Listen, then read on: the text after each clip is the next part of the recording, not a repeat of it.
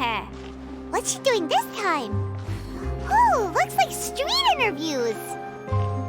Paimon has a funny feeling. I see.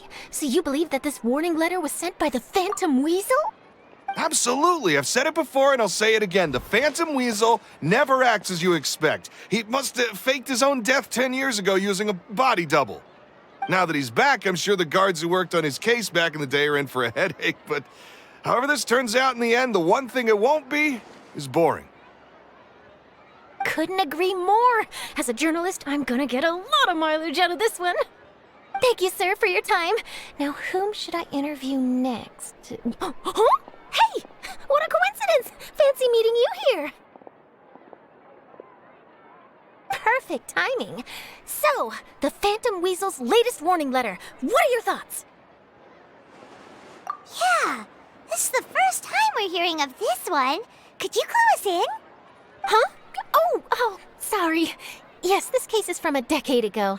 I guess you wouldn't know about it. Well, not to worry. You're in good hands because I'm a professional. The story goes like this. 10 or so years ago, a phantom thief became active in the court of Fontaine.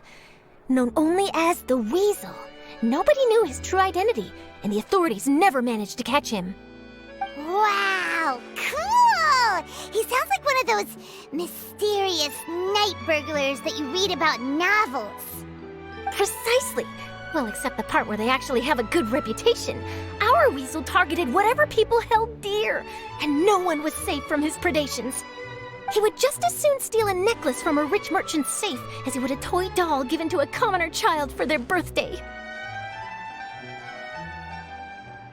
I know, the phantom thieves you read about in novels rob the rich to pay the poor, but this guy did not discriminate. Unsurprisingly, this didn't work wonders for his public reputation. Every man and his dog wanted to see him behind bars. Yeesh. So, did they catch him? Not exactly. There's a good chance that the Weasel would still be at large to this day if it hadn't been for an accident 10 years ago.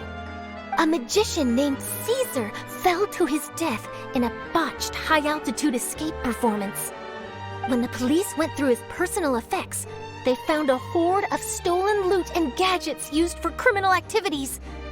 And that was how the Phantom Weasel's identity was revealed to all. Sure enough, thefts in Fontaine went down after Caesar's death. But today, 10 years on, the notorious thief has once again issued one of his warning letters and pasted it on the gate of the Opera Epiclese for all to see. I had to squeeze through the crowd this morning to get a photo as soon as I heard. Here, it's this one.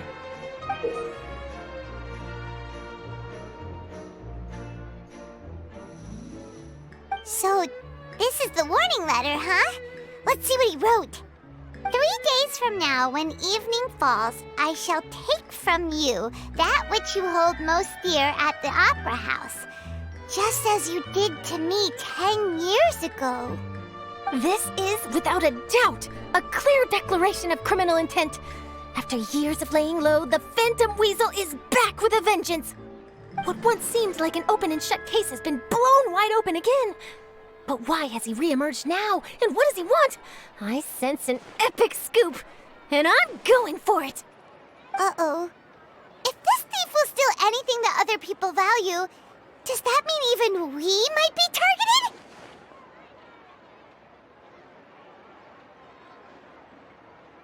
Really? Oh, let him try! In fact, Paimon's gonna eat all her snacks right now! Let's see what he can do about that! Okay, the people have spoken. It's clear that the public are very concerned about the Phantom Weasel's reappearance. Let's see, I've got a photo of the letter, my interview notes. Yep, that should be enough to form the skeleton of my article. It does feel like something is missing, though. Something exclusive. Who should I interview next?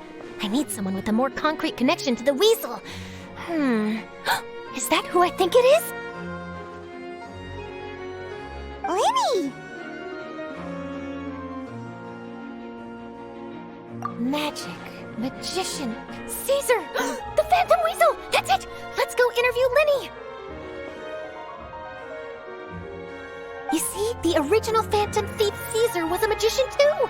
And what do Phantom Thieves and magicians have in common? They both have an air of mystery about them.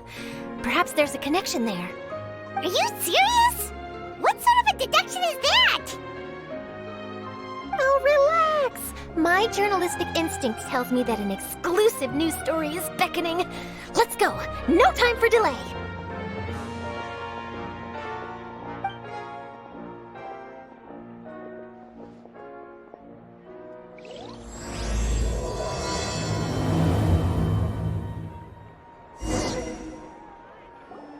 Wow, Mr. Magician! How did you know which card I picked? Oh, it's simple. Come closer and I'll let you in on my secret. Magicians have a special skill called telepathy, which means we can read other people's minds. Really? Then, what am I thinking now? Well, first you need to relax, because I can see that you're clenching your fist in your mind, as if to say, no, I mustn't let him guess it. Aww. And now you're getting a little flustered. You're trying to find a way to empty your mind, to think of nothing at all. But the more you try to hide a secret, the easier it'll come out. You snuck out from home today, didn't you?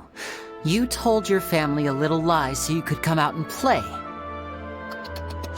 Now, that's not a good habit. You can tell? Oh boy, you really can read my mind. Of course. Oh, and that's the end of my performance. You should really be heading home. Remember to apologize to your family, all right? They must be worried about you. All right, got it. Bye, Mr. Magician.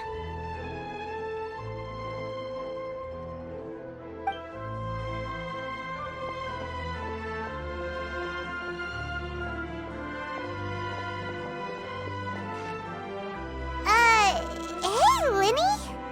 Why, hello. We meet again. Are you looking for me? What's the situation? Well, why don't you guess, Mr. Telepathic? Oh, please. You didn't believe that spiel, did you? The power of telepathy is quite beyond me. I'm sure that child would beg to differ. Seemed like you were right on the money. That was nothing more than a little trickery. I made an educated guess based on his micro-expressions.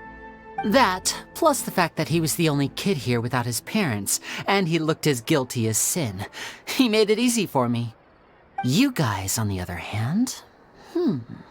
Let me guess. Don't tell me you're here for the Phantom Weasel, are you? Wow, got it in one! Is this more of your trickery at work? Wait, really? No trickery this time. It was pure luck. His warning letter's been the talk of the town, so I figured that maybe you were asking around about that. Bingo! I plan on writing a column reporting on the latest news about the Phantom Weasel. So, Lyney, what are your thoughts on this infamous thief's reappearance? To be honest, it makes me angry. Angry? Why? You read his letter, right? The Phantom Weasel claims he's planning something in 3 nights' time at the Opera House. That's the night I'll be performing there. Huh. What are the chances? Wait a minute, you don't think he's after you, do you? Well, if he is, then his warning is clearly a direct challenge to me personally. And if he's not, then it's still going to be a huge headache for me.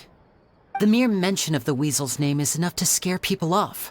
So once the contents of that letter get out, barely anyone will be showing up to watch my show. But I've been preparing for this for a long time. I'm not about to let him ruin my big day. This leaves me with only one choice. I have to expose the Phantom Weasel's identity before the show begins. Really? So what you're saying is, we might get to see a live duel between a famous magician and an infamous thief? Wow, this has exclusive written all over it. To be honest, I'm not sure if I'll emerge the victor. The Phantom Weasel is a notorious crook, infamous for his inscrutable methods. You're being far too modest, Lyney. I think your magic tricks are even more inscrutable than those of a thief. Thanks for the compliment, though I have to say I don't care much for the comparison. A lot of people liken magicians to thieves because we both have the ability to make things disappear without the person noticing. But there's an important difference that these people overlook. Allow me to demonstrate with a quick magic trick. Here, I have a flower, just an ordinary flower that was picked not long ago. Watch it carefully now. 3, 2, 1. It's gone! That's the question. Where did it go? Therein lies the difference between us. Thieves make precious things disappear, but only magicians make them reappear. If I could now invite you all to check your clothes, there might be a surprise in there somewhere.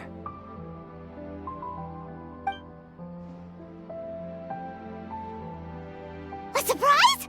Let me see!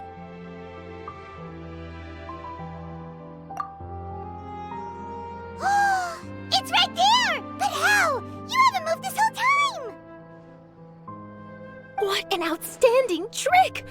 Sorry, Lyney, it seems that my previous praise was woefully inadequate. Clearly, magic is the superior art form to theft. Don't worry, I didn't take offense. I just wanted to take the opportunity to perhaps change some of the preconceived notions you might have about magicians. Since Caesar's death, a lot of people associate magicians with criminality. It can be quite frustrating. I can imagine. Coming back to your trick just now, might I presume that you are well versed in floral symbolism? For example, magicians often use rainbow roses in their flower-related performances to represent passion and romantic encounters. But you used a Lumidu spell, which, if I'm not mistaken, allude to separations. I'm curious to know if there was any deeper meaning behind this choice? Impressive knowledge. It's no wonder you're such a successful journalist. But I'm afraid I don't know the first thing about floral symbolism. I'm just in the habit of using Lumidu spells in my magic. It sounds like something I should look into, though.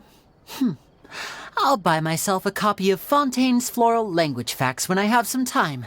But it'll have to wait until this Phantom Weasel business is behind us. Well noted. In that case, this brings us to the end of our interview. I, for one, am looking forward to the final showdown between you and the thief. Please feel free to get in touch to update me on any further developments. Otherwise, I will of course see you at your show in 3 days' time, but let's hope the Phantom Weasel is caught by then. If there's nothing else, I'll be off. You've given me lots to work with here, and I've got no time to lose if I want to write that exclusive piece. I'll see you all later.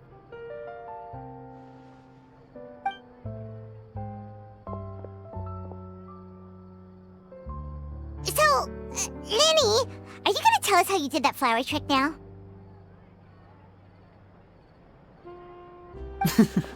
I'm afraid that's my little secret. Aww. Well, magicians are entitled to their secrets. But Paimon's really itching to know how it's done. You feel it too, right? So itchy! Not so itchy then, huh? Well, since you're so concerned, how would you like to serve as my temporary magician's assistants and help me investigate? Magician's assistants? Oh, that sounds fun! Assistants are technically magicians too!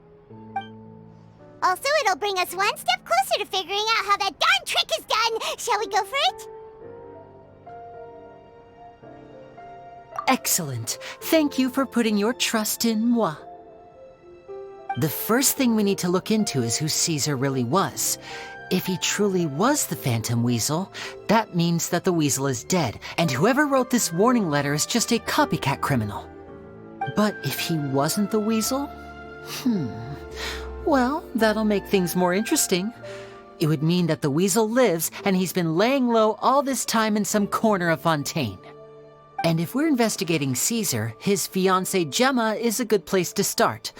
Word is that she visits the cemetery often, so I asked Lynette to wait for her there. We should make a move. Let's go and rendezvous with Lynette.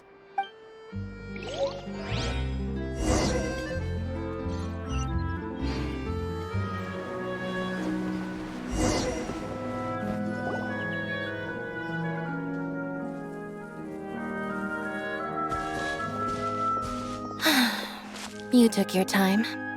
Sorry, I bumped into the Traveler and Charlotte en route, and we ended up chatting for a while. It's been a while, Lynette. We're working as Lyney's temporary assistants in the investigation of the Phantom Weasel. Thank you. It's good to have you helping. So, what's the situation? Have you seen Gemma? Nope. I've been here a while, and she still hasn't shown up. How bizarre. Maybe it was bad intel. Well, we won't get anywhere by standing around waiting. Traveler, Paimon, let's go ask around.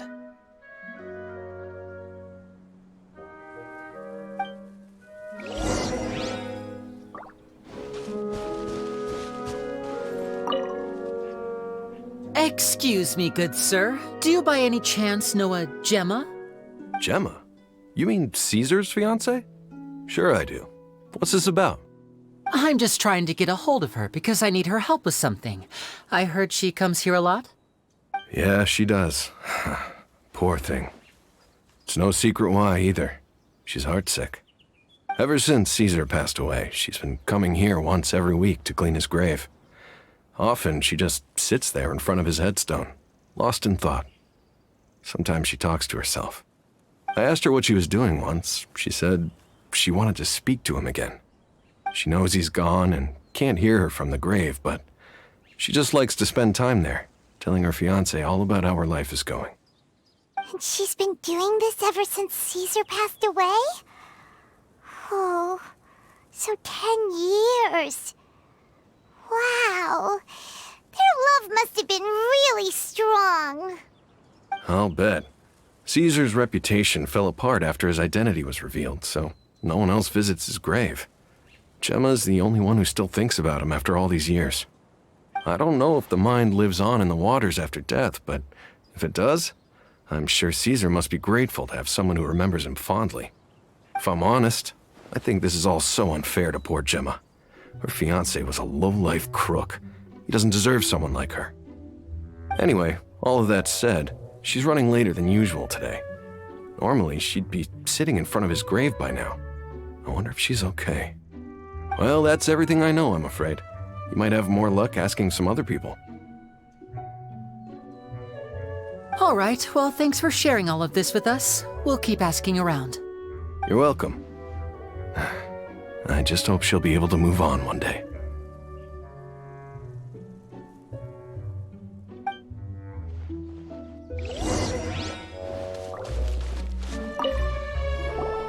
Did you hear the news? They're saying the Phantom Weasel's back. You're kidding. Wait, isn't he dead? I don't know anymore. All sorts of news flying around nowadays. I can never tell what's true and what isn't. But what if, just hypothetically, I mean, what if this weasel's the real deal and Caesar was framed? Called it. Seriously, 10 years ago, on the day it all went down, I said to myself, you know what? This guy's been set up. The Caesar I knew was a good guy. He gave balloons to children on the street, for Pete's sake. What, are we supposed to believe that he was a balloon thief or something? Give me a break. Oh, please. Weren't you the one cursing his name to high heaven when the police announced the news? You were all, that gosh darn lousy son of a, you think you know a guy, or words to that effect. Wait, did I say that? I don't seem to recall. Hello there. Sorry for disturbing you, but I couldn't help but notice you were discussing the Phantom Weasel. We're actually quite interested in this topic as well, but we're struggling to get to the bottom of it. Do you think you could spare a moment to tell us a little bit about Caesar?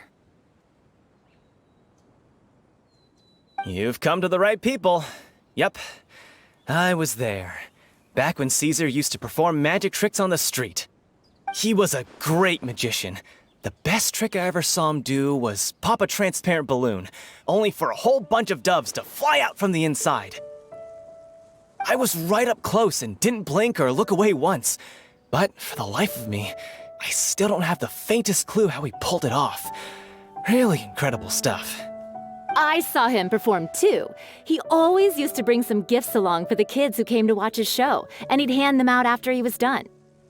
Sometimes, he even got the kids to write their wishes down, and then he'd make the items on the wish list appear in his next show.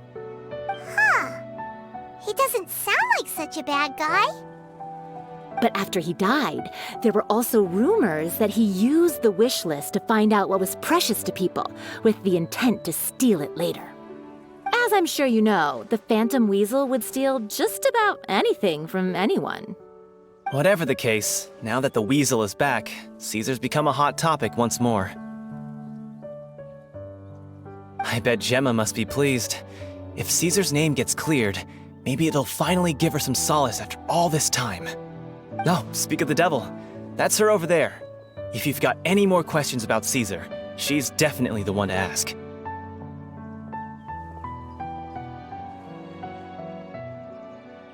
So that's Gemma. Is it just Paimon, or does it look like something's wrong? Wait, it looks like she's injured. Come on, let's see if she's okay.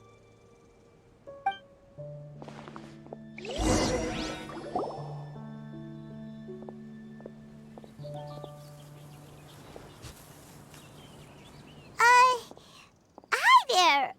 You're Gemma, right?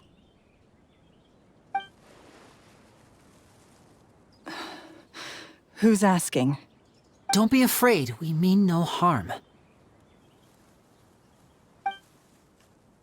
It looks like you're injured. How bad is it? Thanks for your concern, but you didn't answer my question. Who are you, and what do you want with me? My name is Lyney, and this is my sister Lynette. My name's Paimon, and this here's the Traveler. We're investigating the Phantom Weasel. The Weasel posted a warning letter this morning. If he still lives, that means that Caesar was falsely accused. You knew Caesar better than anyone else. So if you're willing, we'd love to hear what you think about all this. I promise you can trust us. We won't hurt you. In fact, we'll do all we can to keep you safe. I never believed that he was the Weasel. Huh. I suspected as much. Okay, so going back 10 years, do you remember anything strange in the weeks leading up to the accident? Did Caesar have a falling out with anyone, for instance? No, not that I know of. Got it. All right, sorry for disturbing you. If you don't have any more questions, please leave. I want to be alone with him.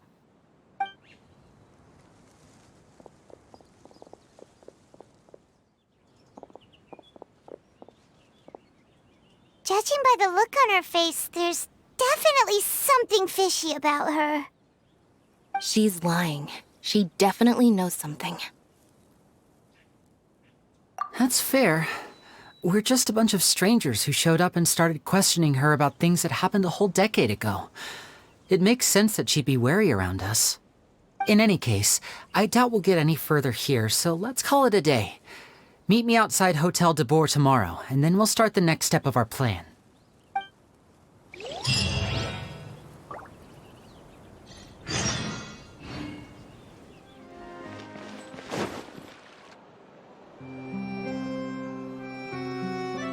Over here.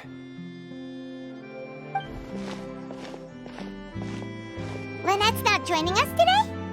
I've had her follow Gemma and see if we can make any inroads with her. They should be at a cafe right now. Still, I don't think that Gemma's likely to open up to us. So, we need a contingency plan. Today, we'll be looking into a guy named Lorenzo, Caesar's former pupil and assistant.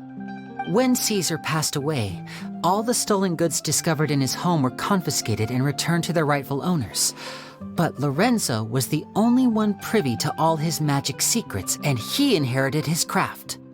Before long, Lorenzo was the next big magician in town, his fame surpassing even that of his master, and it made him very wealthy. He's since left the magic scene, though, and these days, he's a wealthy businessman with his fingers in a lot of different pies. I had to pull a lot of strings, but I managed to get him to agree to a couple of drinks with me. Be warned, though, I hear he's got a hair-triggered temper. We'd best be careful.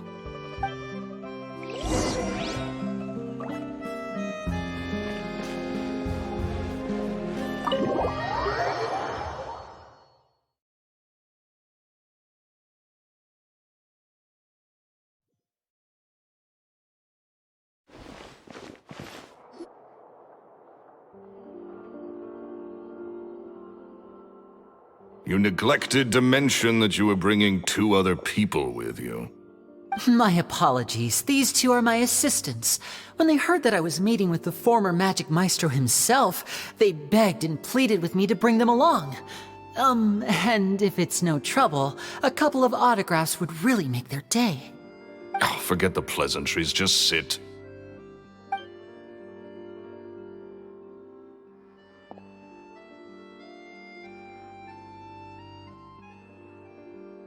Get a load of this guy. Forget the pleasantries, he says, but he looks pretty happy about Lyney stroking his ego. I only agreed to meet since we're both magicians.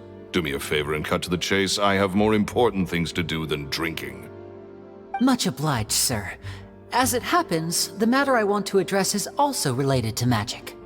Yesterday morning, a warning letter from the Phantom Weasel appeared on the entrance to the Opera House. He claims to be planning something for the same evening that I'm scheduled to do a magic show there. As such, I believe that I may well be his target.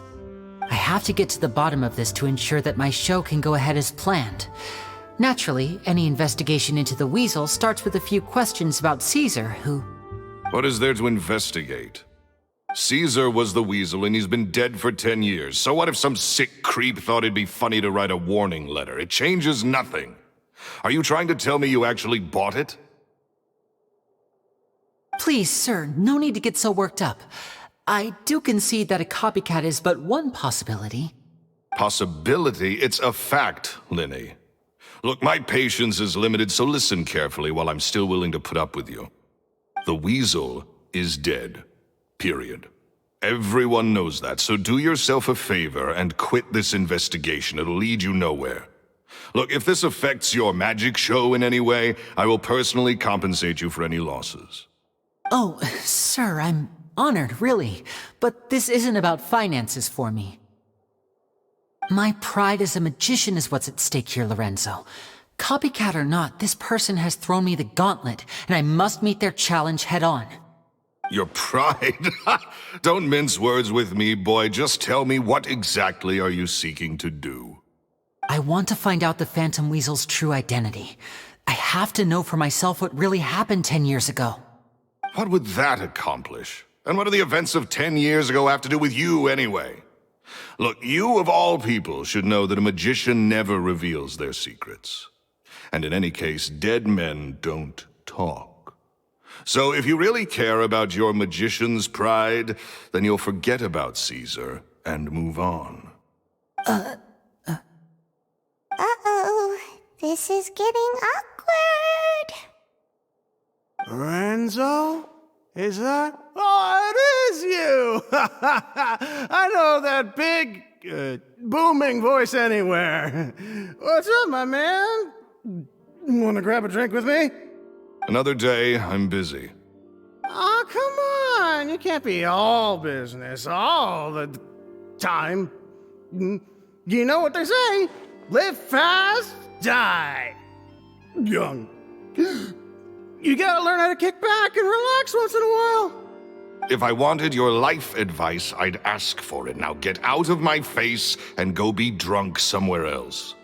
Sorry, my good sir. I don't believe I've had the pleasure. Oh, hey!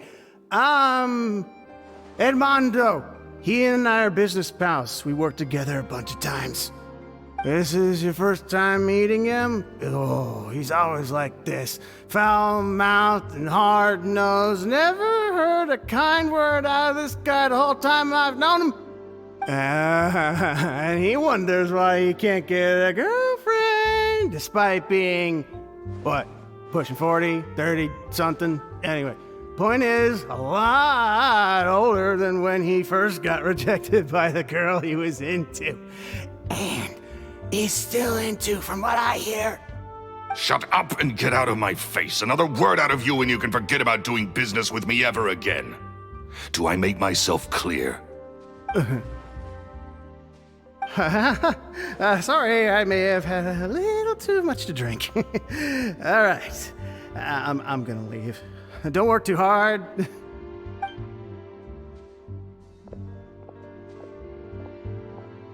I think it's high time I made a move as well.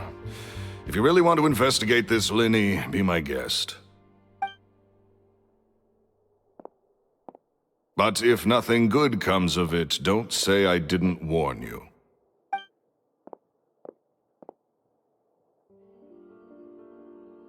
Well, that fell to pieces in a rather spectacular fashion. Any thoughts? Totally. And what was all that about compensating you for your losses? Why would someone you just met make an offer like that? He's gotta be hiding something. And not like Gemma. She was a little suspicious, but this guy's definitely covering something up. I think so too. We need to look into Lorenzo more closely. That guy Edmondo seems to know a thing or two about him. He only just left. Let's see if we can catch up with him.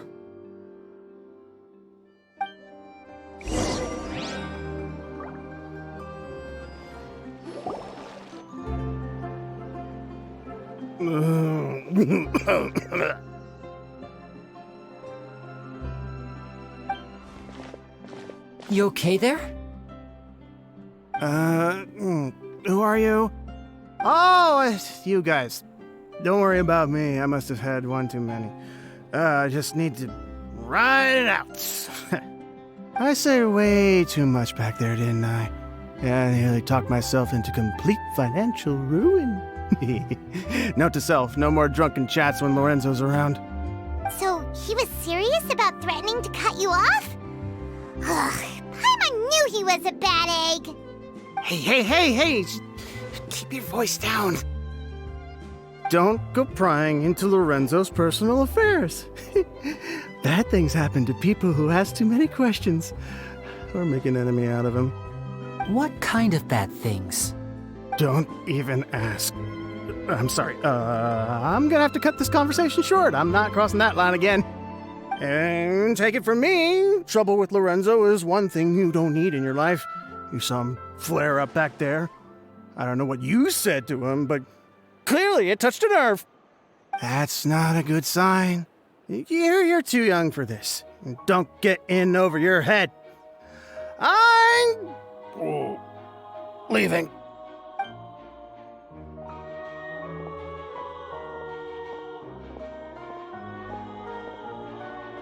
And there he goes.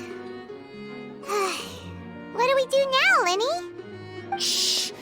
I think we're being watched. Someone was listening in to our whole conversation. Don't say anything and don't look back. Any altercation in the city will attract the guards. We'd better take this elsewhere.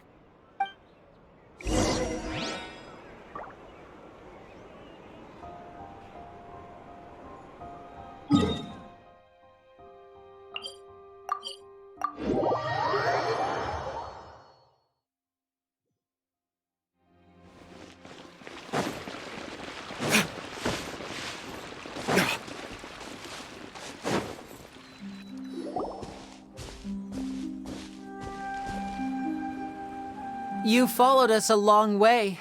Why don't you come out and introduce yourselves? So you're Lyney. And where's your sister? Ain't she with you today? Save us the trouble and go fetch her for us. Let's not drag this out. Paimon doesn't like the tone of your voice, mister! Who sent you, huh? Save your questions, missy. You ain't gonna need answers where you're going. Capiche? Looks like we can't avoid this fight. Now, I'm not the strongest fighter, so I hope you're ready to back me up. Don't worry, we got this!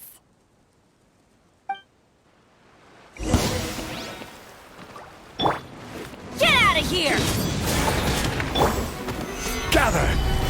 Nice and spicy!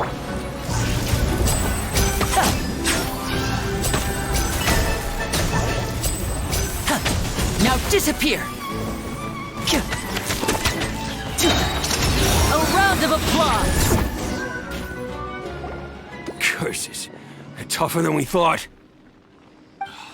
Vision wielders are always trouble. Intimidation ain't gonna work like it did on the lady. Come on, let's scram! Hey, wise guys! We ain't through with you yet! Oh, they got away! Did you catch what they said just before they left? Something about intimidating someone else. Sounds like they just wanted to rough us up as a scare tactic, and they've already done it to someone else, but who? You're right. She was injured when we saw her yesterday, and she acted like she had something to hide. Maybe she was too scared to tell us the truth because those guys had threatened her. Well, if that's the case, she should be more willing to open up to us once she learns that those thugs won't be bothering her anymore. Let's head back to the cafe and see if we can get any information from her.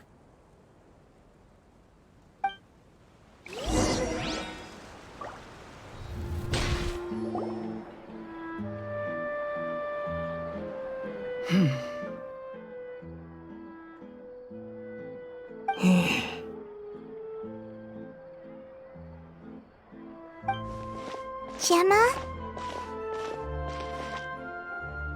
You again. What is it this time? We just ran into the men who've been threatening you, and we gave them a taste of their own medicine. So, you can relax now. We're here to protect you. What? Why? I didn't tell you anything. Why would they come after you? Sounds like they're no strangers to you. That's putting it mildly.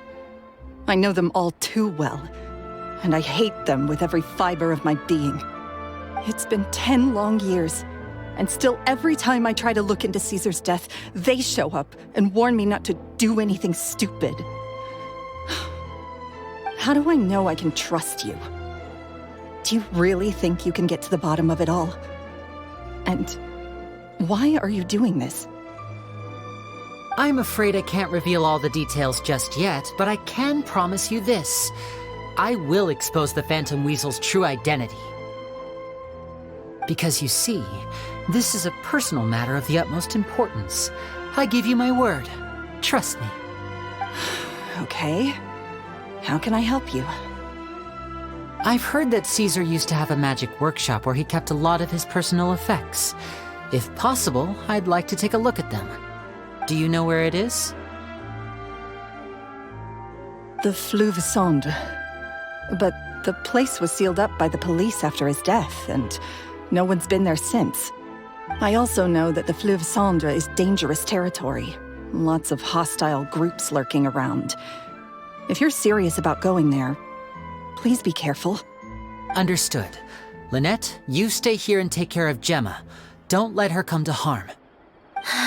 Got it. But if I'm staying here, I'm ordering dessert. I mean, bon appetit. But stay sharp, too. They're likely to come for you while I'm away. Okay. Alright. Power saving mode off. I'll start taking this more seriously now.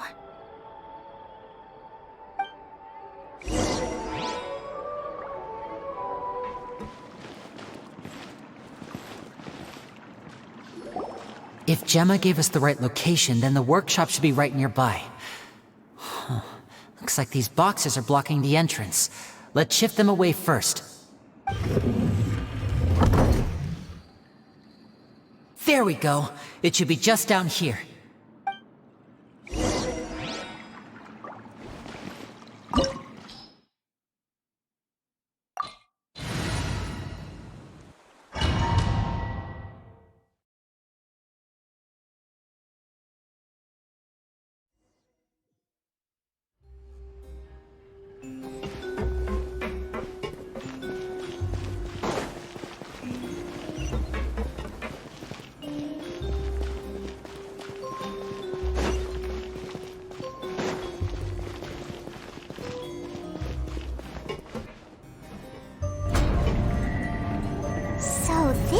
Caesar's workshop. Nothing suspicious here, just normal magic props. Let's head in further. What was that? Oh, is this one of Caesar's gadgets? Guess we must have triggered some sort of device.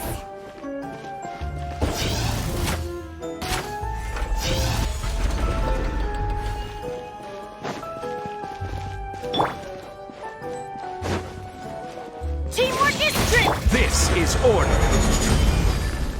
Stabilize.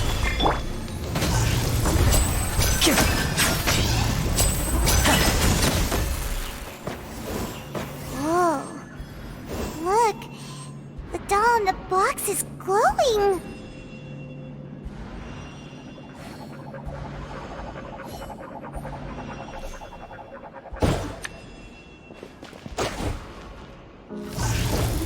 There's something written on the card on this doll.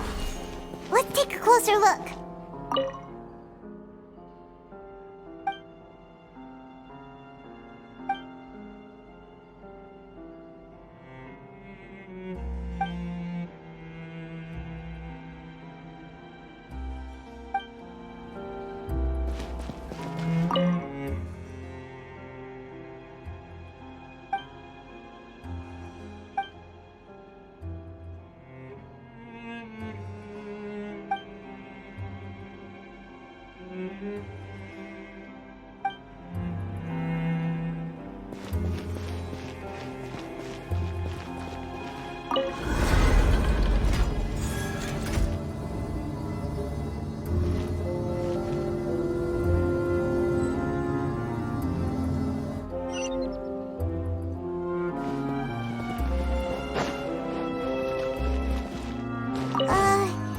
These magic boxes are moving. What do we do? One of them looks different from the rest. Let's investigate.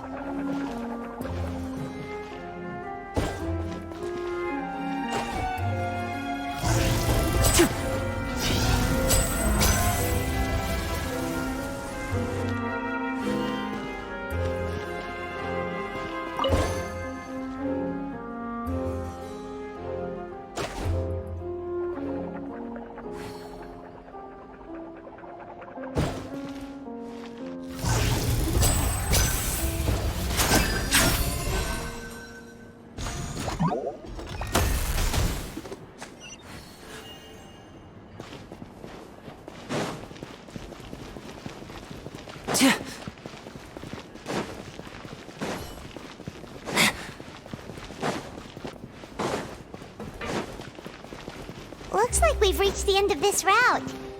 Shall we try a different one?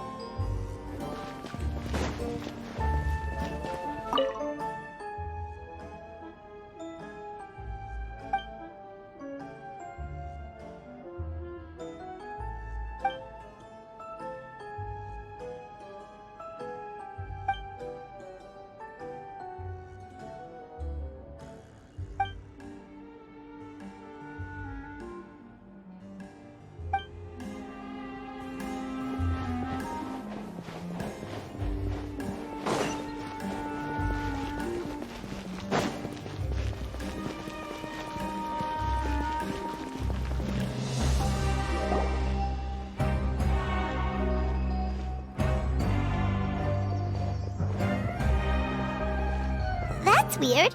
Have we reached the end already? There's nothing here. Maybe this was a wasted trip. This place seems a little too ordinary for a magician's workshop. There's a distinct lack of mystery. We've triggered quite a few devices on the way here. I'm starting to wonder whether Caesar built this whole place as one big, elaborate magic contraption. If so, then there must be more to this place than meets the eye. Maybe a hidden room somewhere. Aha! If I just move this book, then hopefully... And... presto! A secret passageway! How did you know? I'm a magician too, and apparently great minds really do think alike. Looks pretty big inside. Let's head in and take a look around.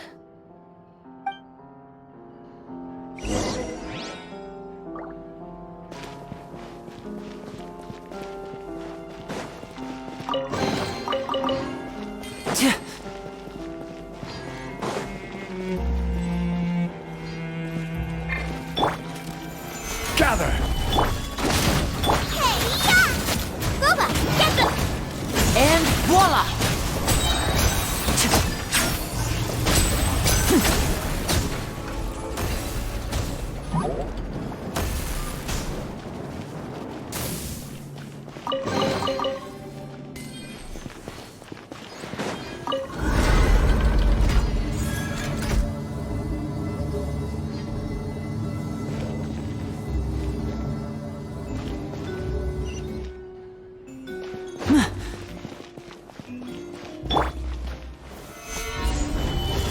Everybody stand back! Let's get this show on the road!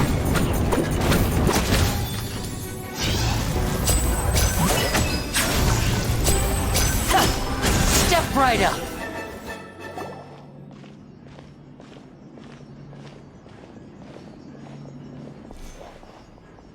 Why have you stopped, Lyney?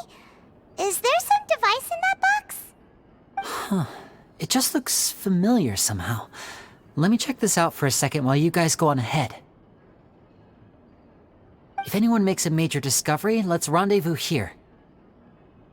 All right, see you in a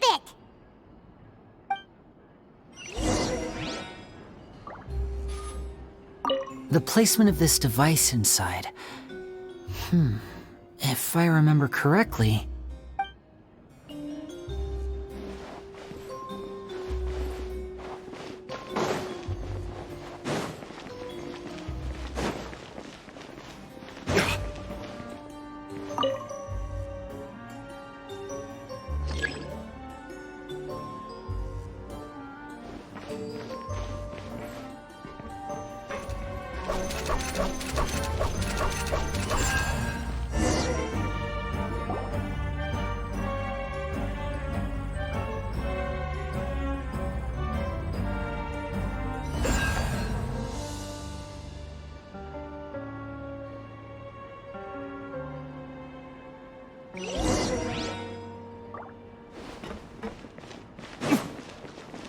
Wow! There's a hidden room here! Let's see! Oh, this bookcase is full of Caesar's own notes! He wrote a lot about the principles of magic. Whew. Much too advanced for Paimon. Hey, look! Is that Caesar's diary on the table? This book's thick as a brick! Let's take a peek inside it, shall we?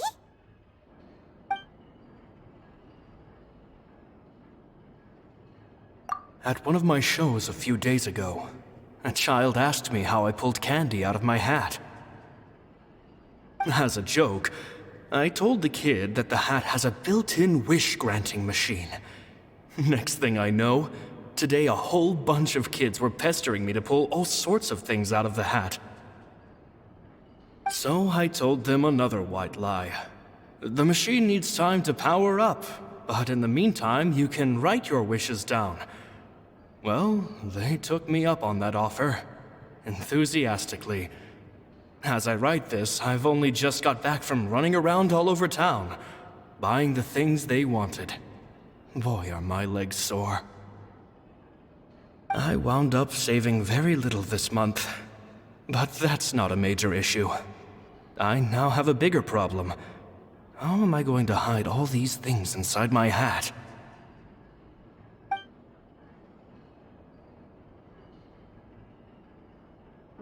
2 children came to talk to me after today's show. I don't know why they were out on their own. They looked much too young to be unsupervised. I do hope they got home safely. Anyway, they said that they wanted me to teach them how to do magic. It's not uncommon for children to ask this, of course, but I've never seen any of them as serious about it as these 2. I told them that learning magic is very hard work, but that didn't faze them at all. It's like they already knew. And they seemed so committed. I couldn't turn them down.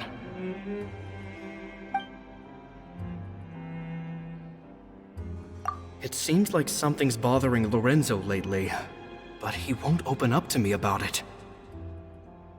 Surely he's not upset that I agreed to teach those 2 children. I'll have to talk him around. I have a good feeling about those kids. They're naturally talented, and it seems like they're not new to the world of magic. They have all sorts of fantastic ideas. All I'm really doing is helping them develop a more professional standard training plan. They wanted to call me Master, but I told them they absolutely mustn't. Any magician worth their salt could have taught them what I have.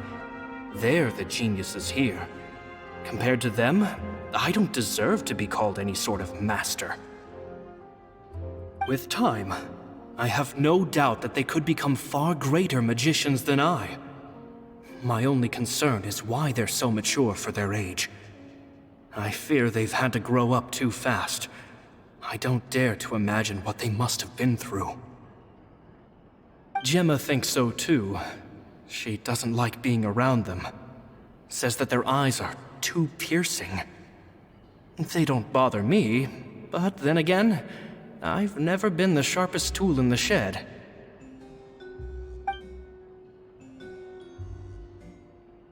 It's nearly time for me to go on tour. I asked the 2 kids if they'd like to come with me, but they shook their heads. I once overheard them talking about their father and their mission. Sounds like their parents have other plans for them. I guess we'll be parting ways soon. It's only been 10 days since I first met them, but I think that I've gotten a feel for their personalities now. They're very tough, but also very cautious, and they trust no one but each other. This, I fear, is not a good habit to have. They hide things from me too. For example, when I asked them where they live and why they wanted to learn magic, they lied. That's the thing about children. Whenever they're trying to cover something up, it always shows somehow. I can sense that their lives have been hard, possibly even dangerous too. They're not like other children. It's a shame that I can't do more to help them. After thinking things over, I decided to tell them a bit about how I see the world. It's full of lies and falsehoods, and that is why we must find our own truth. P.S. I hope they won't find my nagging annoying. Children are so opinionated nowadays. Will it do them more harm than good for someone they've only known 10 days to lecture them like that? P.P.S. Maybe I'm overthinking this. Children aren't interested in grand philosophies. It probably just went in one ear and out the other. I bet they've already forgotten every word I said. Oh, Caesar, Caesar. Just mind your own business next time.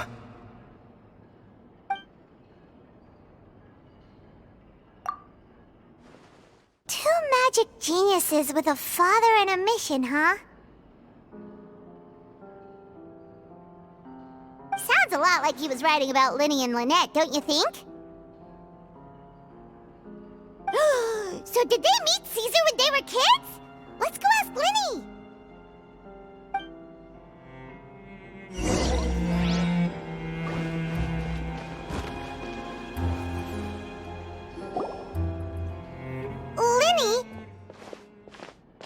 Shh, hold that thought. as I expected, there's a lot of fishy things going on in this place. Fishy? Uh-oh, what have you found? All in good time. Before we go over our new leads, I want to tell you how a high-altitude escape is performed. First, the magician slots themselves into a magic box in full view of the audience. The box is then suspended high in the air, and a short while later, the base automatically opens. At this point, a dummy will fall out of the box, but it looks real enough to grab the audience's attention, and they start wailing and screaming. Meanwhile, the real magician, who has by now blended into the crowd, waits for a good moment to make their appearance and put on a hysterical performance. Oh no! Is that me? Did I just fall to my death? Very vivid description. Paimon can really picture it. And then what? The audience's gaze then turns to the magician, and by the time they realize what's happened, the dummy has vanished, as if everything that just happened was some sort of shared illusion. Of course, that's just how I think the process should work, theoretically speaking. The inventor of this trick never performed it successfully. When the box opened, Caesar was the one who fell out, and not the dummy. He fell right to the ground from the highest point of the opera house. No one could hope to survive that fall, not without a vision at least. And no one else has ever attempted this trick since. My understanding of how it works is just based on what I could gather from his notes and the relevant gadgets here in his workshop. So Caesar's famous high-altitude escape has never been done, huh? Paimon was about to say how cool it would have been to see it in person, but if it's that dangerous, it's probably for the best that no one else tries to do it. Wait a second. So if a dummy's supposed to drop out of the box, then where does the real magician go? How does he get out? Glad you asked. That brings us to the secret of said box. This box right here is the one that Caesar constructed himself to use in the performance, and it's not as simple as it looks. Inside, there's a device that only the magician himself would know about. Once the magician's inside and the box is lifted up into the air, the audience's view of the box is fixed at a certain angle. From where they're standing, they have a clear view of the front, sides, and bottom, but the back and the top are now no longer visible. At this point, the magician presses a button inside the box, opening a secret door out of view. He then escapes through this trap door onto the opera house roof, waits for the dummy to fall and distract the audience, and quietly returns to ground level. That's way simpler than Paimon imagined. Even Paimon could probably do it. Well, there's a little more to it than that, of course. The hardest part of this trick is controlling the audience's mood and reactions. That takes an exceptional degree of showmanship. There's the falling dummy, the miraculous reappearance, the pompous performing. Maybe the magician would even have themselves tied up before it begins to strengthen the impression that there's no escape. Many days and nights of careful research and painstaking practice would have gone into this, all culminating in a performance just a few minutes long, but one that still manages to transform the shock and grief of a tragic accident to the joy and laughter of a mesmerizing magic trick. Caesar was a highly accomplished magician, but unfortunately, even he didn't manage to pull it off. So, how did it go so wrong? You said you found some fishy stuff here. Have you figured out what really happened? I can make a pretty good guess. I looked into the case files. The magic box Caesar was using at the time of his death had the secret button I mentioned positioned on the right-hand side. And sure enough, he always used his right hand as his dominant hand in public. Okay, nothing suspicious there. But here's the strange thing. Most of the devices in this workshop have the mechanism on the left-hand side, including this box right here, which leads me to believe that Caesar was in fact left-handed.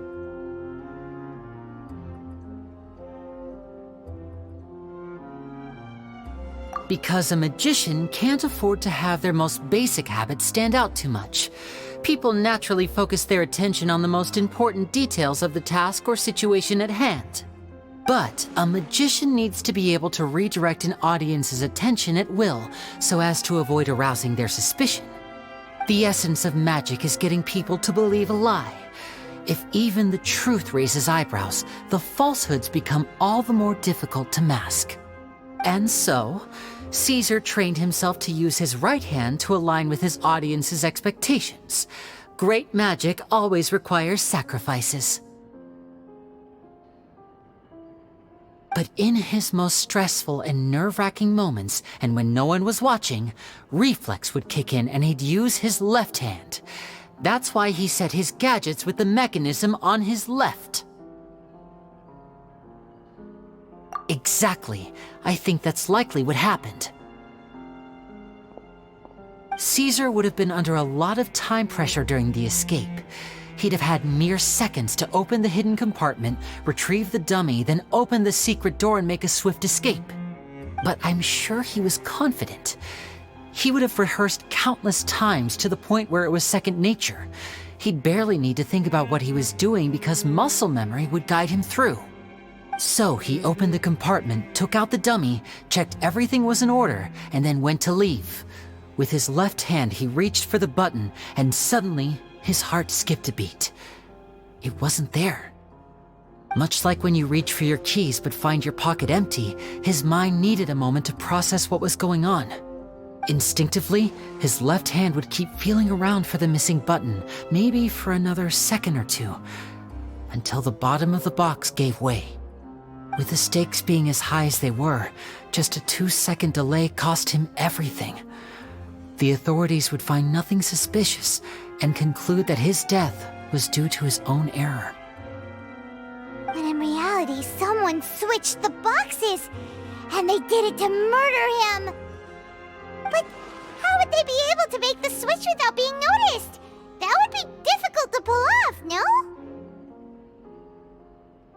It would have to have been someone who knew that he was left-handed, and who could move his props around without arousing suspicion. Someone who was always by his side. Isn't that right, Lorenzo? You just couldn't let sleeping dogs lie, could you? There's not a lot of people who'd go to all this trouble for some magician who died 10 years ago. I didn't want to have to do this, you know. Silencing you the hard way just creates more problems for me to deal with. But I gave you your chance. I hoped you'd do what's good for you and back off like the lady, but you disappoint me. You mean Gemma? So you are the one who's been threatening her! Yes, although however stubborn she might be, she was never much of a liability. But you people, you never even knew him, but for some reason you just wouldn't drop it. Which is why you can't leave this place alive. Take them out, and make it quick. Do your worst!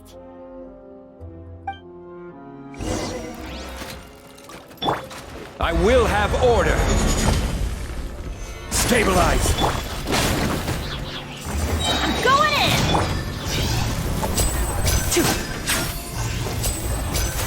And voila! Let's light it up! Eat this! Nice and spicy! Dog, break forth!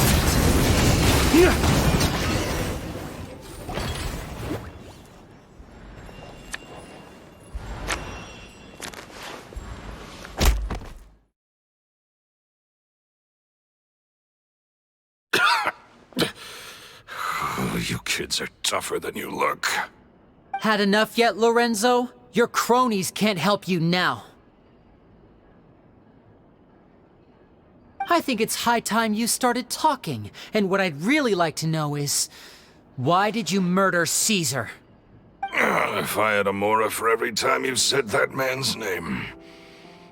Of course you idolized Caesar, everyone else did. But I was the real genius magician. Me! He was just an amateur who did cheap tricks for gullible children. I was the one who made magic into the fine art it is today. The aristocrats doffed their hats to me! So it was jealousy. Jealousy. Hatred, more like. I hated Caesar. All he cared about was his magic. He lived and breathed it. He poured everything into his street performances and his stupid tours like it was just a hobby to him, never bothering to think about Mora. What sort of fool devotes their life to the art of deception and never has a Mora to show for it? But the people loved him, didn't they? Oh, how they looked up to him. No one gave me a second look. All I ever heard was, "Oh, your master's amazing, isn't he?" Amazing. Yeah, so amazing that he was completely broke. Every other apprentice was living it up at their master's expense, but no, not me. I put in all the work, mastered all the skills, and it brought me nothing more than the life I already had. He forbade me from using magic to trick people out of their Mora. There was nothing he hated more than that. And with his reputation in Fontaine, it was too risky for me to go it alone. As long as he was alive, if I dabbled in my own brand of money-making magic, he would expose me, and it would destroy me.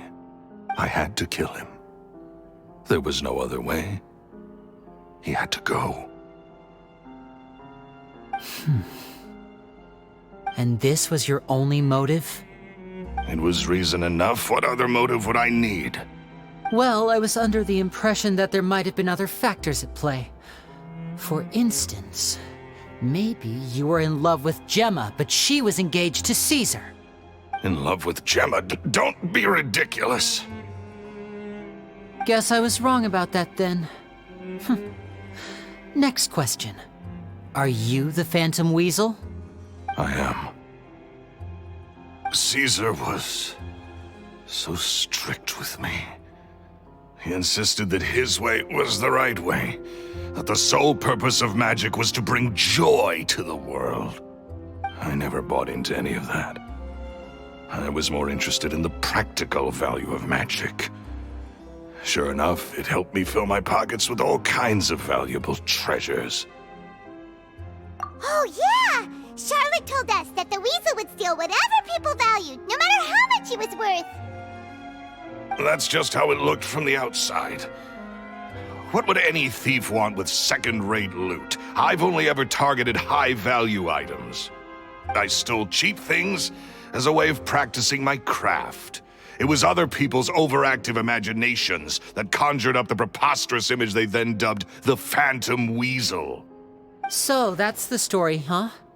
Well, I hope you're ready to tell it all over again during your trial.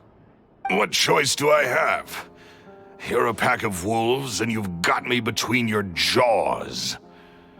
You've seen what's here, and my last-ditch effort to stop it getting out has failed. What else can I do? So be it. I've enjoyed power and wealth for the last 10 years, the likes of which Caesar could never give me. I wouldn't choose for things to end this way, but I regret nothing. Very well. In that case, I'll contact the guards. Traveler, Paimon, keep an eye on Lorenzo for me. I'll meet you just outside the workshop when I'm back.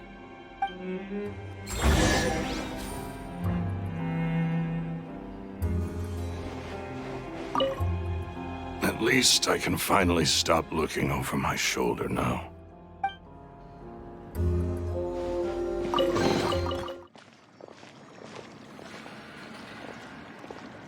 Lyney has told me the whole story. Lorenzo, do you confess to the murder of Caesar and to framing him for the Phantom Weasel's crimes? Look who's finally developed a conscience. What kind of disciple murders their own master? I hope it was worth it, because there'll be hell to pay.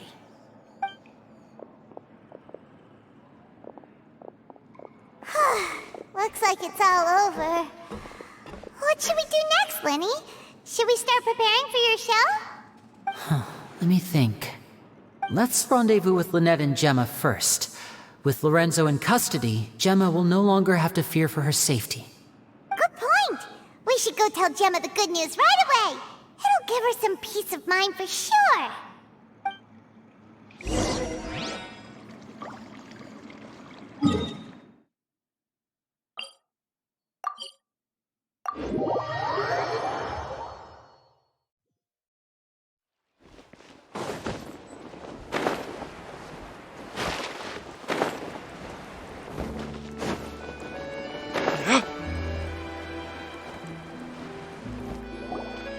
Ah, you're back.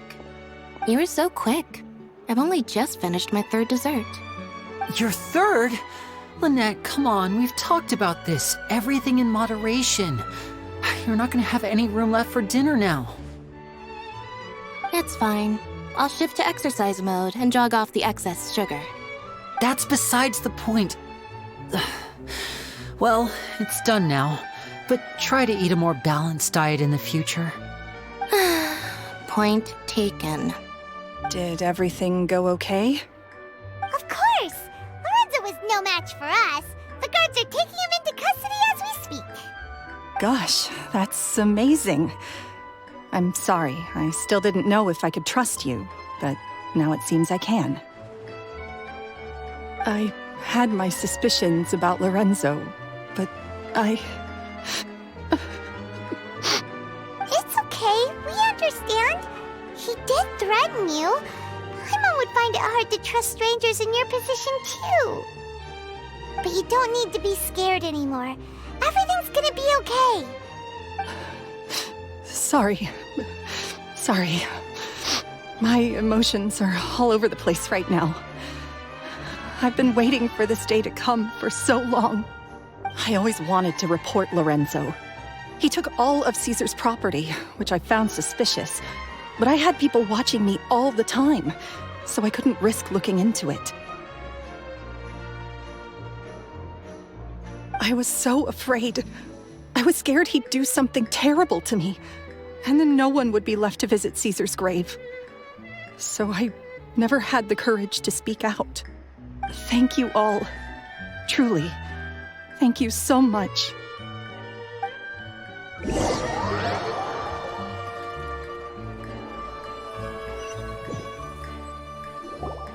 Thank you all for clearing Caesar's name. I never would have guessed that Lorenzo was the real Phantom Weasel. He never showed any signs that there were problems between him and Caesar in public. From the outside, it looked like they got along great. And to think that lowlife's been living life to the fullest all this time while Caesar's name was getting dragged through the mud. It's a travesty. At least his soul can finally rest in peace now, thanks to your efforts.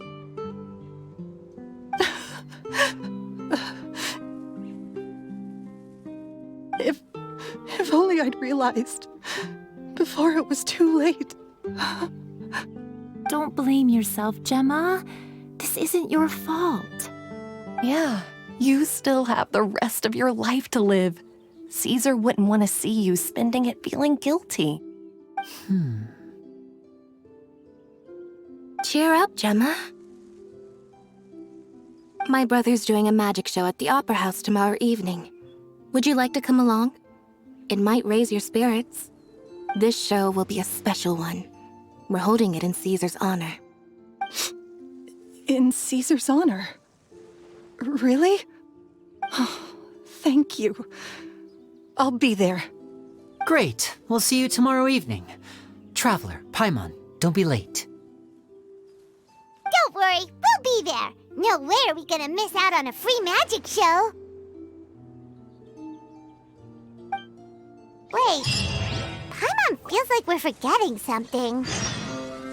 Oh yeah, Caesar's diary! We never found out if the two kids Caesar taught magic to were Lyney and Lynette or not. Lyney changed the topic back in the workshop, so we didn't get a chance to bring it up.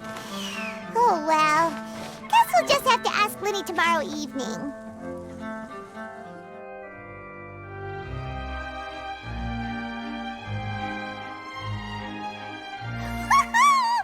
Paimon's excited to see another of Lyney's magic shows! Wait. Lynette, shouldn't you be on stage by now? Not this time. My brother's going solo today. So I'll be watching with you. Good evening, ladies and gentlemen. I hope everybody's ready because the show is about to begin. The great magician Lyney has prepared a spectacular show for us all tonight, concluding with an all-new grand finale that no audience has ever seen before. Wow! A new trick! Thank you all so much for coming. Now, prepare to join me on a journey through the mystical and miraculous.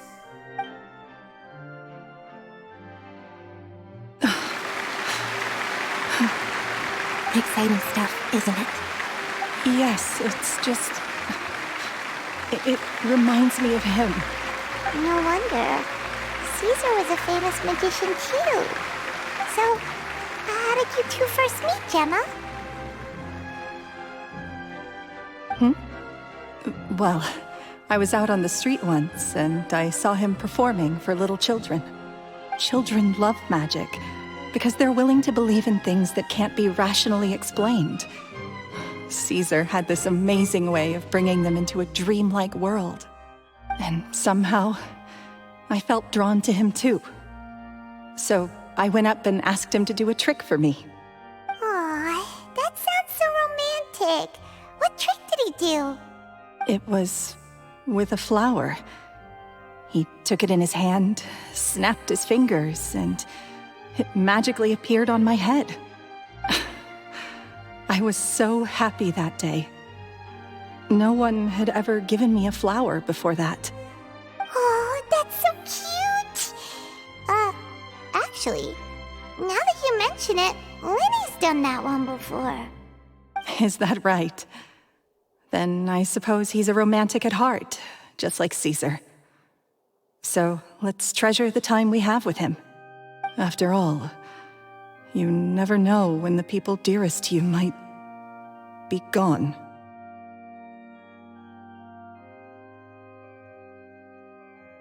That's right. It's all over now. Paimon doesn't really know how to comfort you, but at the very least, no one's gonna be intimidating you from now on. You can breathe easy at last, right? Right. Yes, you can breathe easy now, Phantom Weasel. See? Even Lynette says... Wait, what? The Phantom Weasel? Lorenzo escaped? Where is he? What do you mean, Phantom Weasel? As Lyney once said, a performer's job is to commit fully to their role and put on a flawless performance for their audience. But once the bag of tricks is empty and the curtain falls, it's time to end the show. The spotlight is no place for someone with no more cards up their sleeve.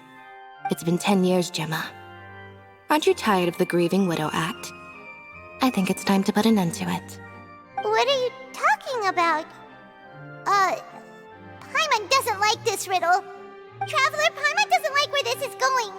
Come on, say something! Ladies and gentlemen, I hope you're all enjoying the performance so far. There will now be a brief intermission, after which Lyney will perform the most electrifying act of tonight's show, the one we've all been waiting for. The final performance will take place outside of the Opera House, so please make your way outside in a calm and orderly fashion. The Phantom Weasel never did like public places, did they? Don't worry, this place will be quiet soon. Let's talk somewhere else for now.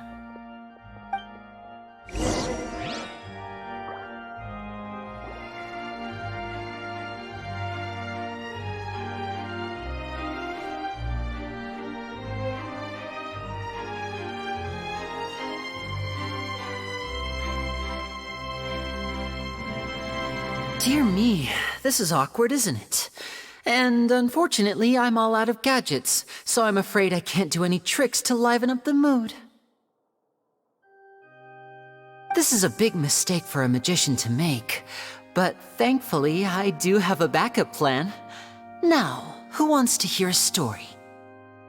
Lyney, don't we have more important things to address right now? Lynette accused Gemma of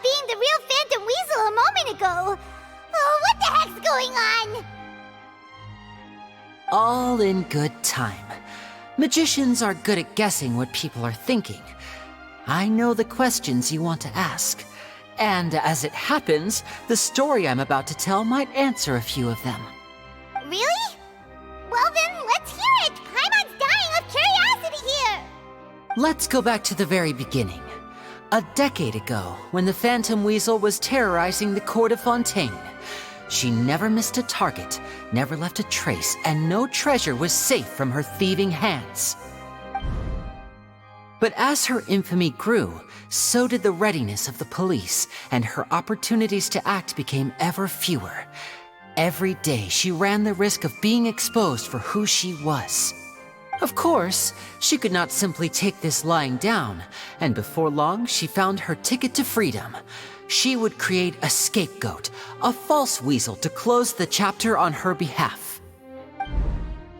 After weighing her options, she set her sights on a renowned magician, Caesar. After all, magic and theft shared enough similarities for people to buy the story when the truth came out. So then what? Being the master deceiver she was, the weasel easily earned Caesar's trust.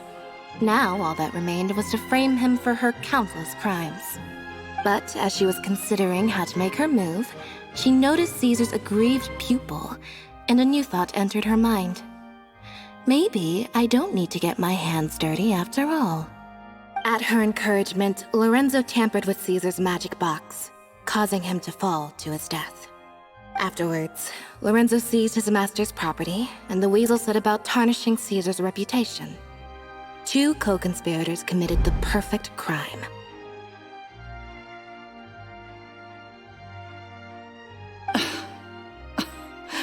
I've got to hand it to you. You're both exceptional storytellers. It's enough to make even me wonder whether there was really another mastermind behind all this, pulling the strings.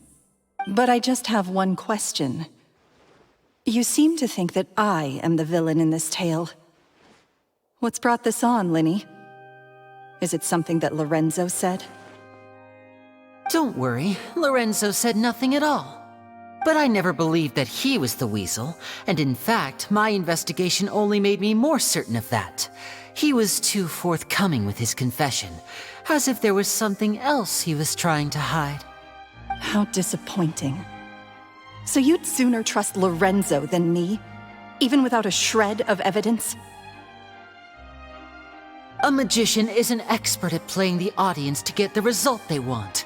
And I have no doubt that you, Gemma, are equally talented in this regard. With a little help from Lorenzo, you put on a very convincing performance. The lovesick fiancé, whose devotion to her betrothed is unshakable, even under threats of violence.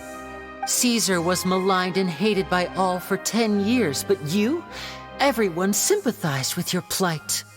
Who would suspect for 1 second that the lovely young lady always seen weeping in front of Caesar's grave was actually the mastermind behind his demise? No, not that poor lady. Perish the thought. Wait, so you mean the whole intimidation thing was just a hoax?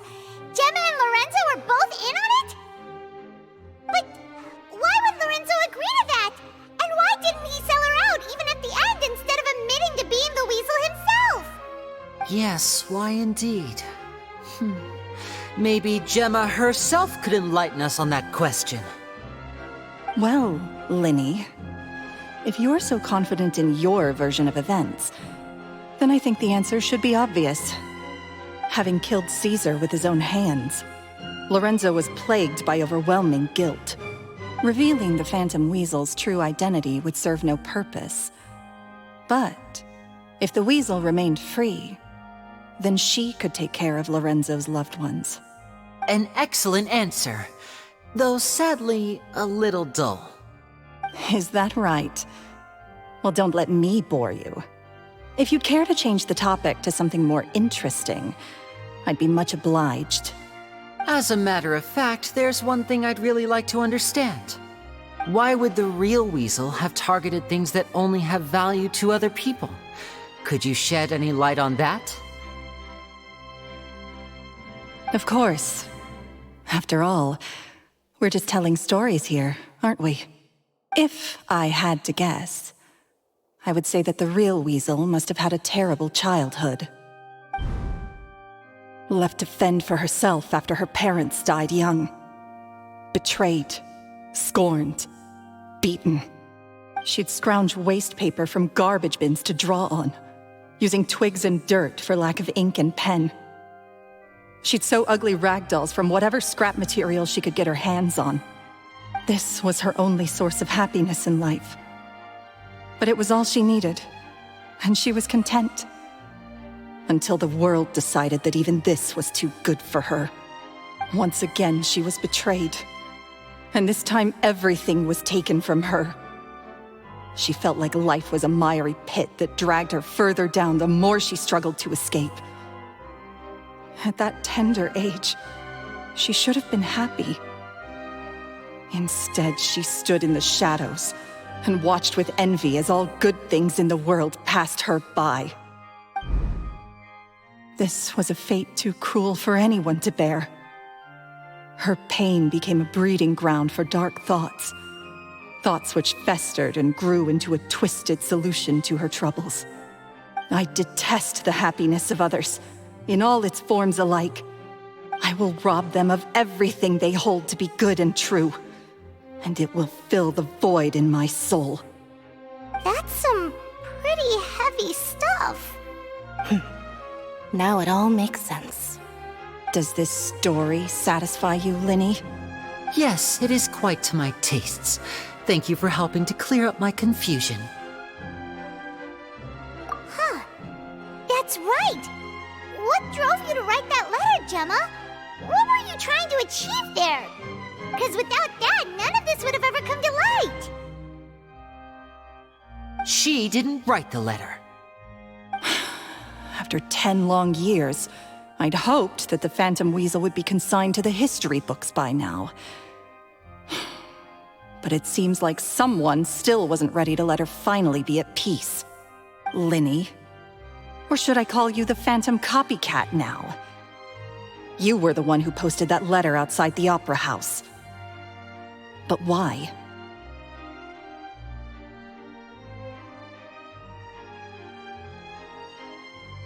Very sharp, Phantom Weasel. Still as shrewd as ever. Well, no need for me to be coy about it. Our goal was to clear Caesar's name. The most straightforward way to change the public's impression of Caesar was to force the Weasel to show themselves. That's it? You had no other agenda? Of course we did. We made it quite clear in the letter, I believe. I shall take from you that which you hold most dear, just as you did to me 10 years ago. 10 years ago? You mean Caesar's death? You met him? Wait. Oh, I get it. You were those two obnoxious kids. It's been so long, and you're all grown up now. I didn't recognize you. He taught you magic back then, didn't he? For what, 10 days or something? And you went to all this trouble. Why? Because you feel like you still owe him something? We remember all our debts, however great or small. 10 years ago, Caesar's reputation was torn to shreds, and his legacy was thrown out. 10 years on, and no one cares what the truth is anymore. But we did not forget, and so we came to find you. And? What exactly did you take from me? I'm still standing, as you can see. Lorenzo has admitted to everything. I'm free. Free? Do you really think so? Caesar once told me that even though the world is filled with lies and falsehoods, we must find our own truth. I think that applies to you too. Truth can take many forms. Prized possessions with nostalgic value, fervent hopes and dreams, and irreplaceable people. Life took many things from you, and those wounds never healed. When they ached unbearably in the dead of night, stealing became your way of numbing the pain. What are you trying to say? I'm saying that for the last 10 years, you've been living a rather uneventful life. Perhaps that's because you found something other than a life of crime to fill the hole? Back to Lorenzo for a second. He murdered his own master, played along with your act, and took pains to make sure any suspicion would be directed towards him. But what did he have to gain from all that? He knew who you were and the things you'd done, and despite that, he was willing to give everything up for your sake. He's the reason that you haven't felt the compulsion to steal in all these years. You're more than just accomplices in murder. You're the only real friends each other has. So I think you know, deep down, that he is the only truth you have in your life. But that truth is gone now, and I guarantee you, you'll never see it again. Congratulations on your freedom, Gemma. Your freedom will cost you dearly. From now on, you'll be all alone in a world full of lies and falsehoods. I do hope you'll be able to bear it. You've still got a long life ahead of you after all. Gather round, one and all. The time has now come for the amazing Lyney to perform his final act in tonight's show. I'm sure you're all wondering what he has planned for the grand finale. Well, wonder no more, for the answer is a death-defying high-altitude escape. A high-altitude escape? I'm sure you all remember the magician Caesar. This was the very trick that led to his fatal fall, after which he was dubbed the Phantom Weasel. But we have now learned that Caesar was wrongly accused, and that the real Weasel has now confessed to their crimes. Guess that's my cue to leave. Whew. I've been practicing this one for ages now, but I'm still a little nervous. Traveler, Paimon, I hope you enjoy the rest of the show. There may be a lot of people watching tonight, but you alone are my true witnesses.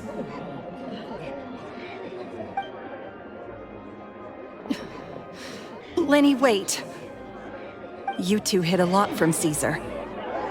He went to his grave without ever knowing your secrets. So what about now? Are you an open book? Or are you still the same as ever? You don't have to tell lies to end up isolated and alone. One day, you'll end up exactly where I am today.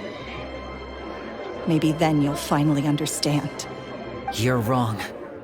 I'm nothing like you.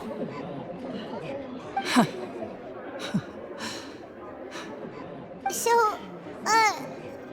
what are we, doing now? Like Lyney said, when you're ready, let's head outside and watch the show. But what about Gemma? She'll figure out what's best for her soon enough. Oh, and if you'd like to see Lyney after the show, you know where he'll be. The usual. All right. Well, let's go and watch Lyney's finale then. This trick's a pretty dangerous one, but he should be able to pull it off, right?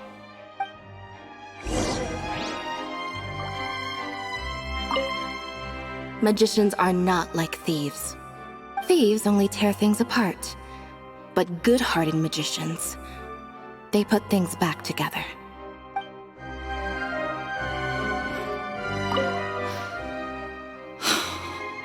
What is my truth?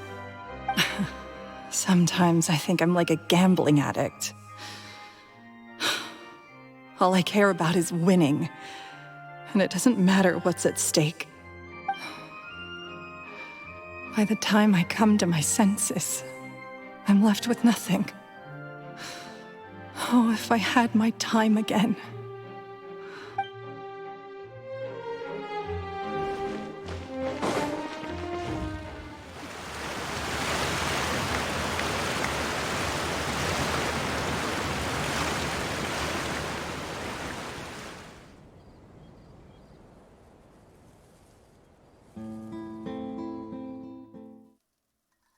Magic should be mysterious, surprising, and defy logic.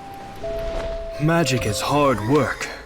Every single movement has to be practiced thousands of times. It's alright. We're used to that.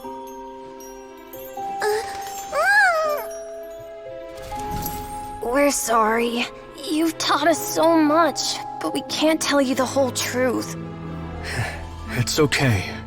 Do you still remember what I told you? This world is full of lies and falsehoods. I only hope that one day you can find your own truth. What about you? Have you found your truth? Magic is my truth. I want to perform a magic trick so great that people will always think of me when they talk about it. For a magician, what greater honor could there be? Look! Behold! Lyney is sealed inside the box. Will he manage to escape? 10 years ago, Caesar attempted this very trick, and it was at this precise moment that...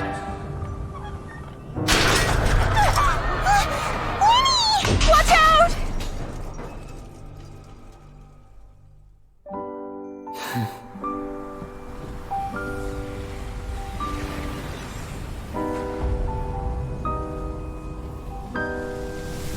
Mysterious. Surprising. And logic-defying. Isn't that right? This honor belongs to you, Caesar.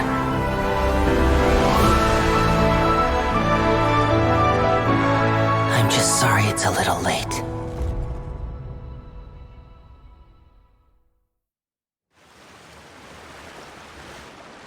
Did you see that? 1 minute he was falling, and the next, he turned into flowers. How could he possibly have done that?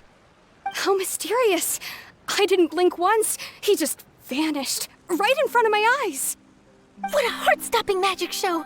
This was really worth the trip. Caesar's name has finally been cleared, and Fontaine's new star magician Lyney has fulfilled a wish on his behalf. Oh, I couldn't ask for a better grand finale. It will make a great headline for the Steambird tomorrow, even if I do say so myself. Whew.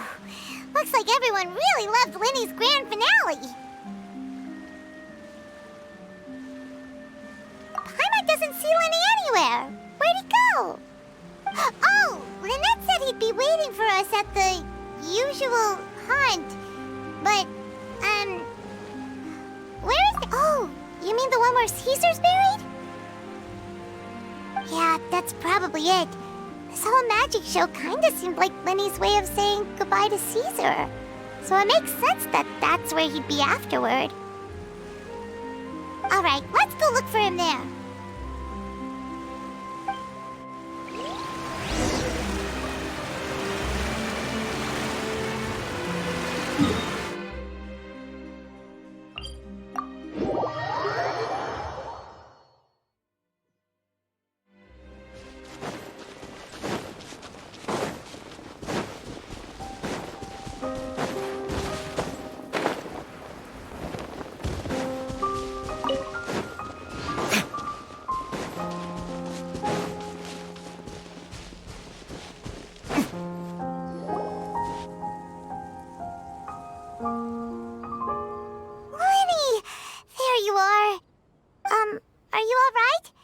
Paimon was scared to death when the chain broke. Paimon was sure something had gone horribly wrong. Magic is a performance art. A magician has to get creative to keep the audience on tenterhooks. That's our job.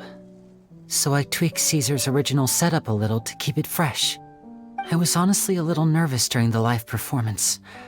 The thought of falling, suddenly feeling weightless, seeing the sky and the ground spinning and spinning. Sometimes, I can't help but wonder what Caesar thought in those final moments. Did he regret taking Gemma and Lorenzo on? Or did he believe that it was his own slip-up right until the end? You know, Paimon's been wanting to ask you about something ever since we were in Caesar's workshop. You learned learned magic from Caesar once, didn't you? When was that? After I joined the House of the Hearth. To be honest, Lynette and I had an agenda when we approached him. I told you about my past before, remember? As a young boy, I survived by secretly learning magic from street performers. I'd watch their tricks and try to figure out how they were done. But I quickly realized that observation alone could only get me so far. What I saw was the polished final performance, but the rigorous training they put in behind the scenes remained invisible to me. I needed to learn how to improve my sleight of hand, hone my misdirection skills, and make niftier props. We were gifted enough that we'd made some progress by ourselves, but without proper guidance from a professional magician, we quickly plateaued. So that's why you sought Caesar out? Yes. We figured there was no harm in asking, but it took us by surprise that he was so willing to teach us. In all, we only spent 10 short days together, but he was very good to us. By contrast, we hid so many things from him. For instance, when he asked why I wanted to learn magic, I answered, "It's my passion." But in truth, there was already a lot more to the story by then. After being taken in by an aristocrat for our magic talent, then betrayed soon after, this was no longer about me doing what I loved. What amazed me was how the lie escaped my lips even as I was hesitating over whether to tell him the truth. Trust is a beautiful thing. Sadly, I'd forgotten how to trust by then. Lyney. Still worried about the way I feel? You really are a gentle soul, aren't you? But don't worry, I'm used to it now. From the mansions of the elite to the House of the Hearth, lies and selfishness have followed me and Lynette everywhere we go.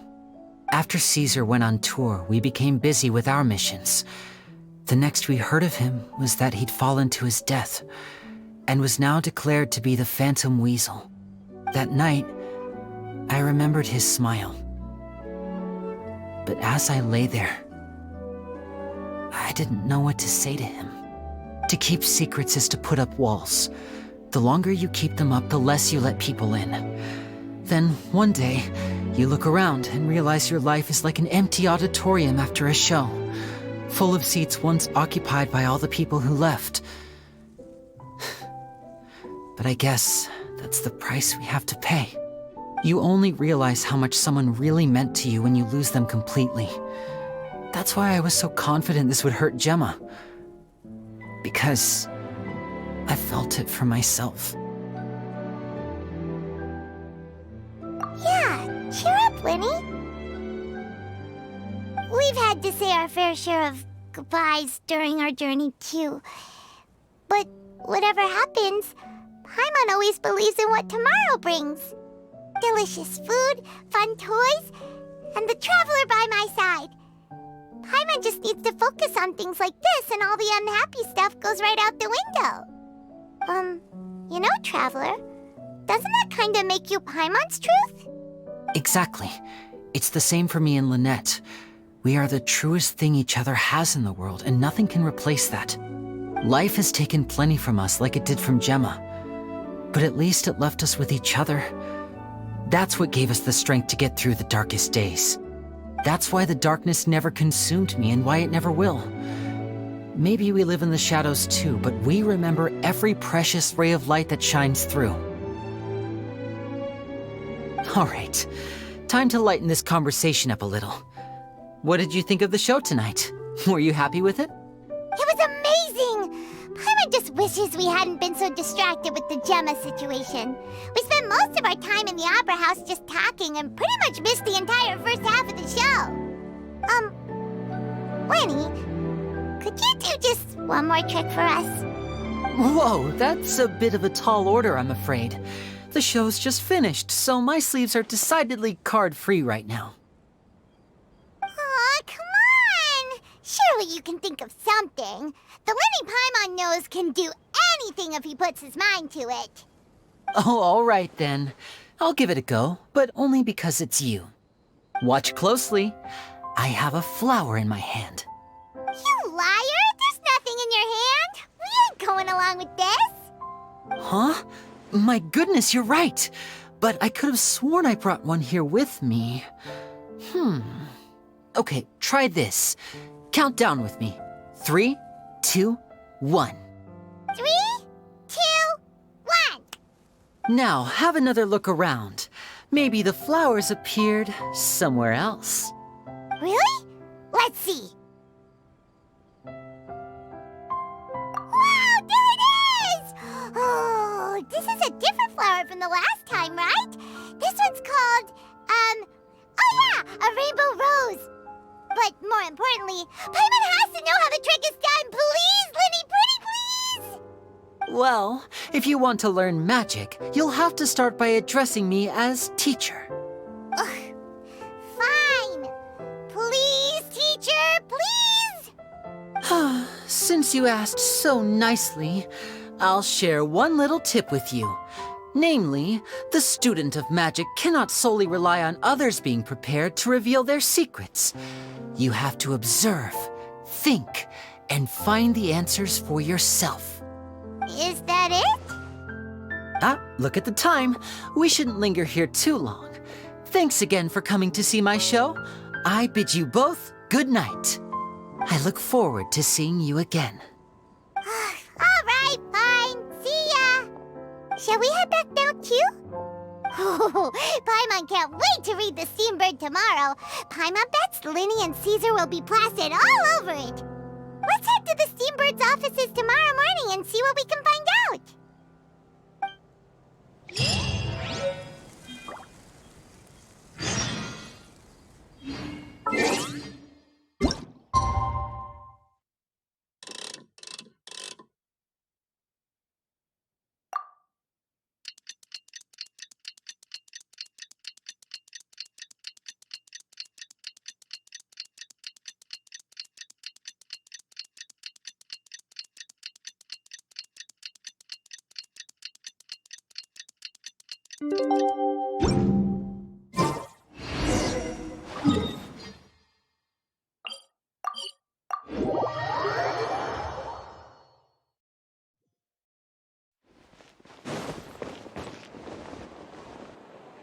I'm very sorry, Charlotte, but my sister and I are quite busy today. I'm afraid we'll have to decline this interview. Oh, please, Lyney, I'll only take a moment of your time, if you would be so kind.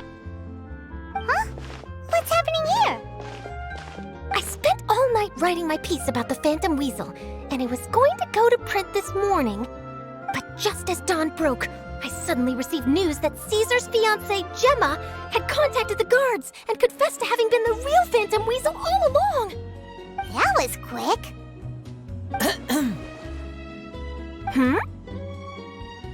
Too late, bro. That was quick, you say? It sounds like I've got some catching up to do. Please, fill me in.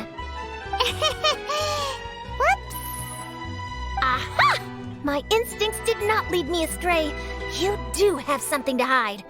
Gemma turning herself in must have something to do with Lyney's performance last night. Maybe watching my high-altitude escape trick reminded her of a better time with Caesar, and she could no longer ignore the voice of her conscience. Huh. Okay, then. Wait, no, there must be more to it. If that's all it took for her to have a change of heart, how did it take her 10 whole years? Well...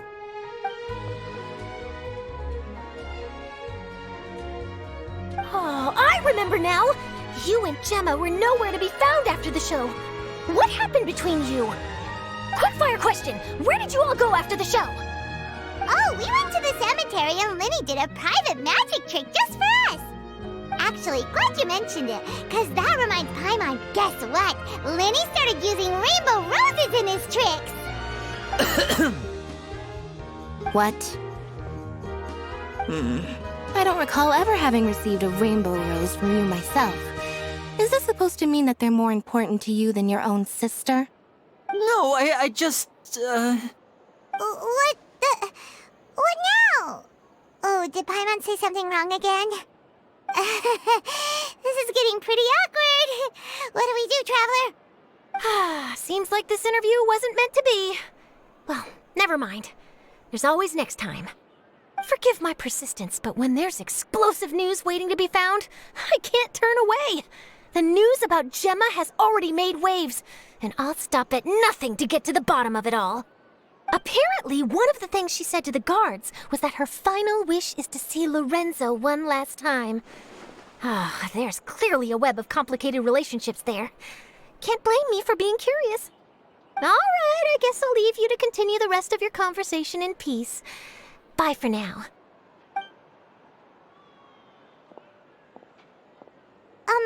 Lynette? Paimon didn't mean to. Don't worry, I wasn't angry. I was just trying to distract her. Oh, really? Oh, thank goodness. You scared Paimon there. Phew. You and me both, Paimon. You and me both. At least it did the job, right? Please, take good care of that rainbow rose. I'd be really upset if you lost it.